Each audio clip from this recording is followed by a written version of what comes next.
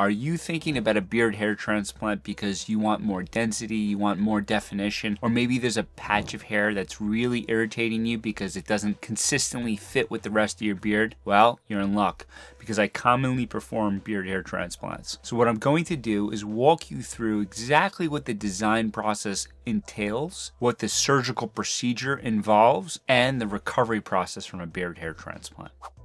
Before we talk about this beautiful topic about beards, let me introduce myself. My name is Dr. Ross Kopelman. I am a hair transplant surgeon. I talk a lot about hair transplants on this channel, so you're going to get a lot of information. Please hit that subscribe button and let's jump into it. Typically, if you're thinking about a hair transplant of your beard, you're probably frustrated because you're not getting the density or definition that you really want. And it's probably because your beard is patchy, or it doesn't have the density, or it's sparse, and you want a better definition of your jawline. Maybe you want more density in your cheeks, or maybe your mustache is not well defined, or you want to connect your goatee. These are all things that you can absolutely do with a beard hair transplant. Now, one of the things that we absolutely must rule out is if you have a circular patch on your beard, we have to make sure that that is not alopecia areata, which is an autoimmune hair loss condition, because if you do have that, we have to make sure that it's been quiet for at least 2 years. Otherwise, if we transplant into that area, it's not going to work well. And I made an entire video about alopecia areata, so I encourage you to check that out if you think you have a circular patch on your beard. But if you don't, then you're absolutely going to be a great candidate. Now, how do we perform beard hair transplants, and where do we get the hair from?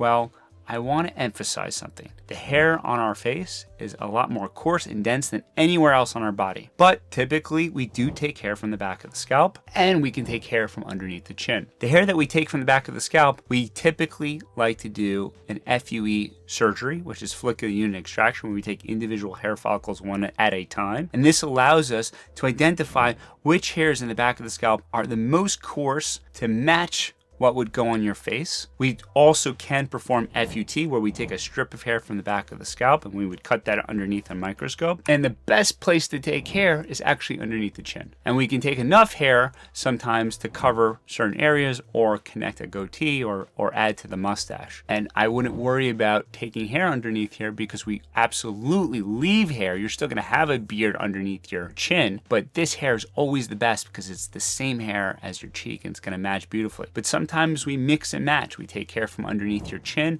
and we take hair from the back of the scalp. Now, when we're designing a beard, what's critically important, let's say we're designing over here, we don't want a straight line because it would look absolutely unnatural. We want an irregularity to how we define the outer boundaries of the beard. And so what I typically do is I draw a irregularity, like a line that has an irregular shape, so that when we're transplanting into this area, it doesn't look super straight, because that would not look good. And what we want to do on the outer boundaries of the beard are use one hair follicles. So that's why typically we have hair technicians that look underneath a very fine microscope to cut the hair follicles so that we can get all these ones across the outer boundaries. This creates a softness and a natural appearance to how the beard should look. And then in the middle of the beard, we typically put 2 hair follicles to create more density. That is the approach that we take when we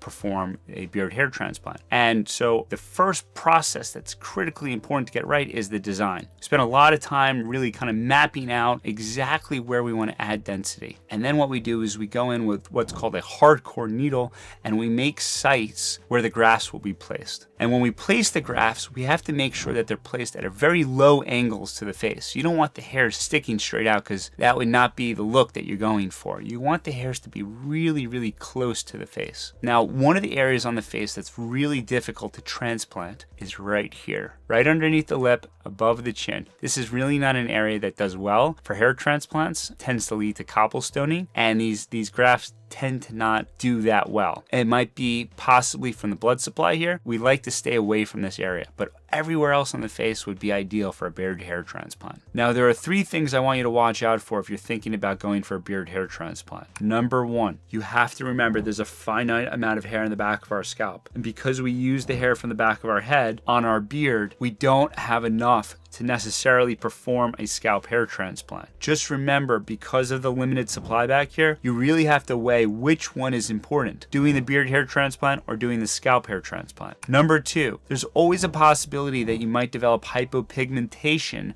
from a beard hair transplant because we're making a lot of sites on the beard. Thousands of sites, there's always a possibility of getting inflammation. And number 3, if you're black, there's always a possibility that you can develop keloids or scarring of the beard. So it's important to let your surgeon know that if you have a history of scarring or keloids, that they should be aware of that, because we don't want to cause any complications on the face. Now, if you do go for a beard hair transplant, what you have to understand is that the hair that we transplant to the beard will fall out after 3 weeks. It's like planting tulips, okay? We plant the seeds and the leaves will fall out. You then have to wait anywhere from 6 to 9 months to start to see results, and 1 year to see the final result. A big part of going for a hair transplant is patience. That is a critical step. Now, after your hair transplant on your beard, what you're not going to do is you're not going to wash your beard for 3 days. You're going to spray your beard with either a mineral water spray or a saline spray every 2 hours when you're awake. This will keep the grafts moist. By day 3 or 4, you can start to use baby soap and a cup of water and spray it over the beard area. And you do that for another 4 to 5 days. You can then return to the shower after a week with a light shower head from behind and allow it to drip down to your face. And then within 2 weeks, you're back to your normal routine. In terms of pain after a hair transplant of your beard, zero pain. You might develop inflammation, but actually the beard heals very quickly. It's actually a big surprise to me how quickly my patients kind of return to their normal routine. So I don't anticipate that you'll have much swelling in the beard area, but it can last for a couple of days. But after about a week to 10 days, it completely resolves. So that is essentially what a beard hair transplant is all about. So if you have any questions that I've not addressed, please leave them in the comments below. And as always, I'm here on your journey to help you address your hair loss.